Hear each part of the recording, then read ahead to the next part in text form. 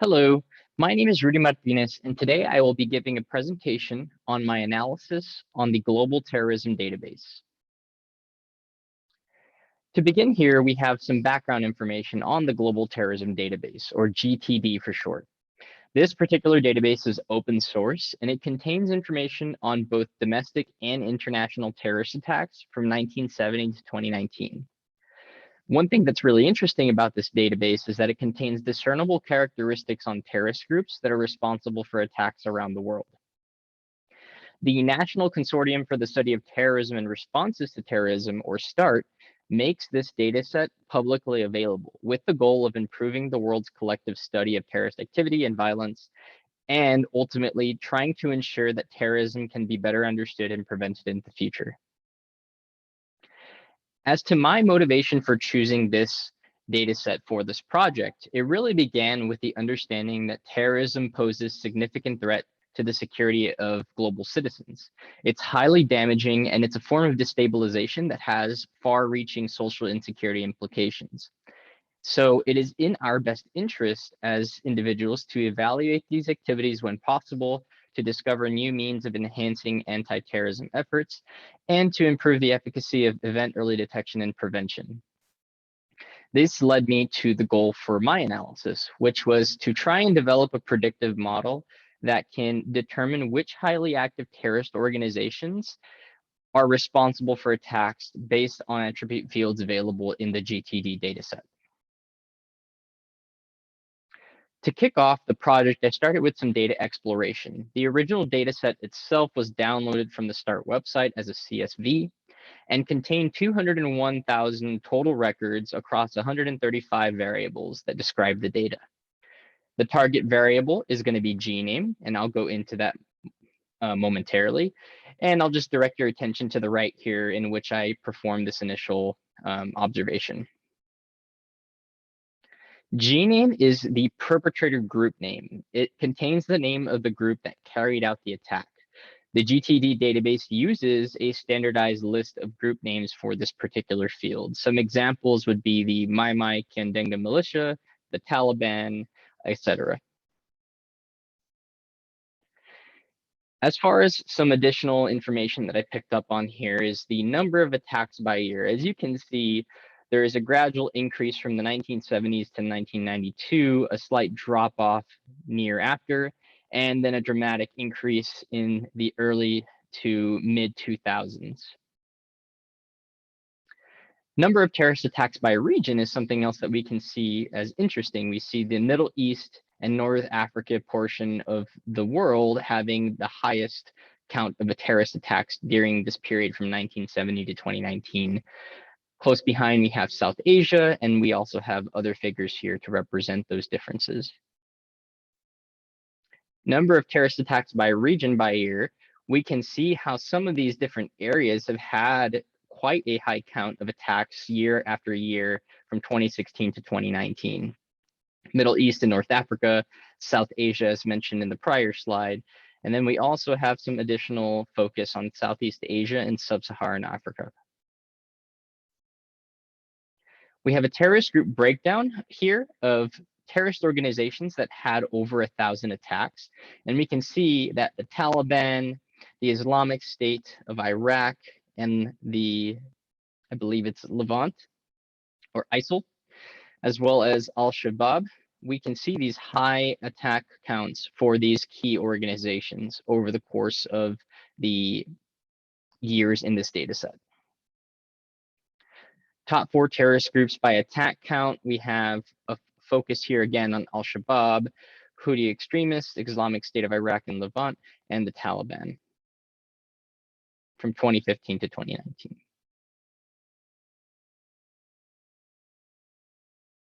I'll just go back one slide here, make sure I didn't miss anything. Perfect. And then moving on to this slide, we have the most common attack types, as well as the breakdown of that same field with the number of fatalities that were a result of these attack types, as well as the count of these instances. We can see that bombing and explosion, as well as armed assault, have quite a high count, as well as fatality count. Now moving into data cleaning in preparation for the modeling that took place during this project. So the first couple of steps here were to do a null value check as well as a duplicate check. From this initial check as displayed on the screen here, there were no duplicate values found. However, there were about 103 variables with nulls in those individual variables. So the initial steps that I took to handle these null values was to create a data frame with column headings and their nulls so that I could more quickly identify the variables that had high null counts. The second step that I took was to calculate the percentage missing and the percentage complete across these attributes, and then identify attributes that have a high percentage completion rate from 95% to 100%. So to go over this a little more clearly, I calculated the percentage of nulls within a particular field and narrowed down the fields that had the highest percentage completion. By doing this, I was able to whittle down the data set. So the original data set contained 135 attributes, and after eliminating attributes that did not meet the percentage completion threshold that I established, only 41 attributes remained as displayed here on screen. Now moving into data preprocessing. So it is essential to view attribute correlations in order to select the best features for modeling at this stage of the project. And so the visual to the right here conveys the correlation of the remaining 41 attributes. The color is representative of the positive and negative correlation, and the size itself is representative of the intensity of the correlation. I didn't want to have to rely on just my eyes to do this, so I wrote some code here that identifies the attributes with absolute correlations between 0.5 and 1, and created a list of those attributes to drop, defined as a drop list. So we can see those here on screen.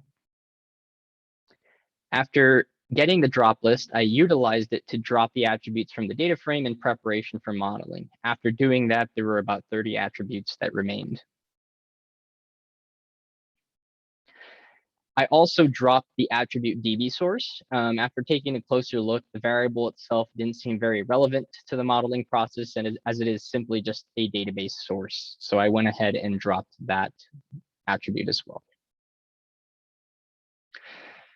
Moving into further data preprocessing, I did conduct some target variable analysis. And the reason for doing this was before building the models, I wanted to evaluate the target variable. I wanted to identify the groups, the perpetrator groups, that were responsible for more than the average number of attacks across all groups. And by doing this, I wanted to remove rows in the data where the groups below that threshold were located. And I also wanted to remove rows in the data where a group was defined as unknown. I wanted to ensure that when I trained the models, I was using confirmed groups that were most active in perpetrating these attacks. So going into that process there, the first thing I did here was look at the initial breakdown. There was about 3,671 total groups with 201,000 some records.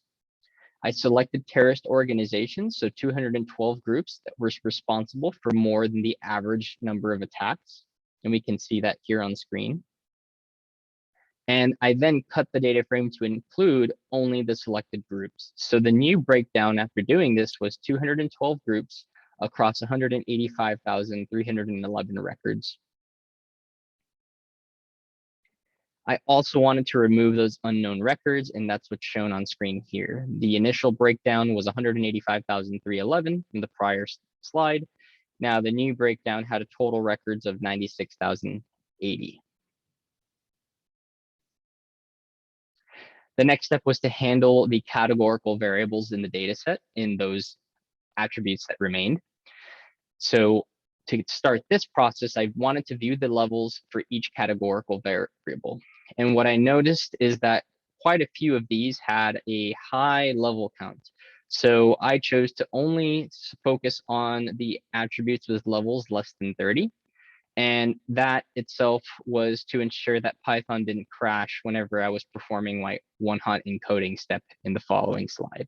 So as you can see here, I went ahead and dropped those variables and only included those that met this criteria. Here we can see that we also need to look at the null values in the data set. And for good measure, just wanted to do another quick check. And I saw that there was about 2,776 nulls in latitude and these other attributes. And so I went ahead and cleaned the data set further by dropping those NAs.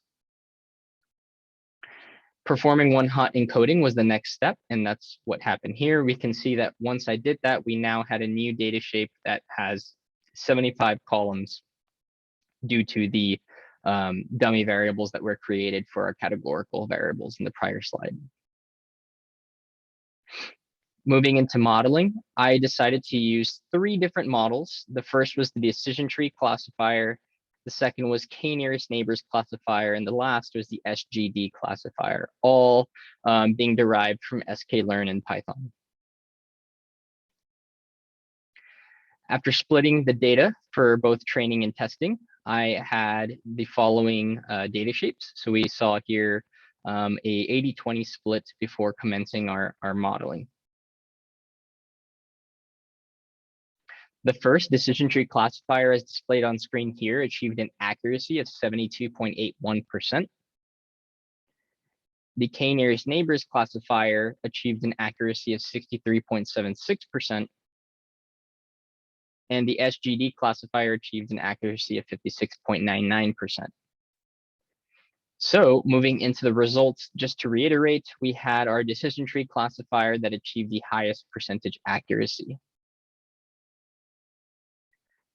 I also wanted to take a look at the best model, so the decision tree classifier, and the feature importance for our variables that were utilized in the model. And what we can see here is a top 12 of those variables. And I actually believe there is a slight mistake here. Target type 1 is restated, so it's only 11 attributes that remained that were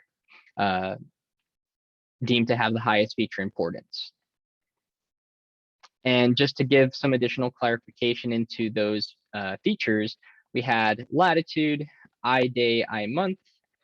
We have the region, and then moving into these more difficult to just understand from reading the specific attributes, our target type or target type 1, which is the general type of target or victim, our doubt ter, which is a doubt indicator as to whether the incident is an act of terrorism, gun certain 1, which represents the perpetrator attributions for the incident r/r not suspected, our specificity, which is a geospatial resolution of the latitude and longitude fields, property that represents evidence of property damage from the incident, multiple, which is where several attacks are connected, and wep type 1, which is the general type of weapon that was used in the incident.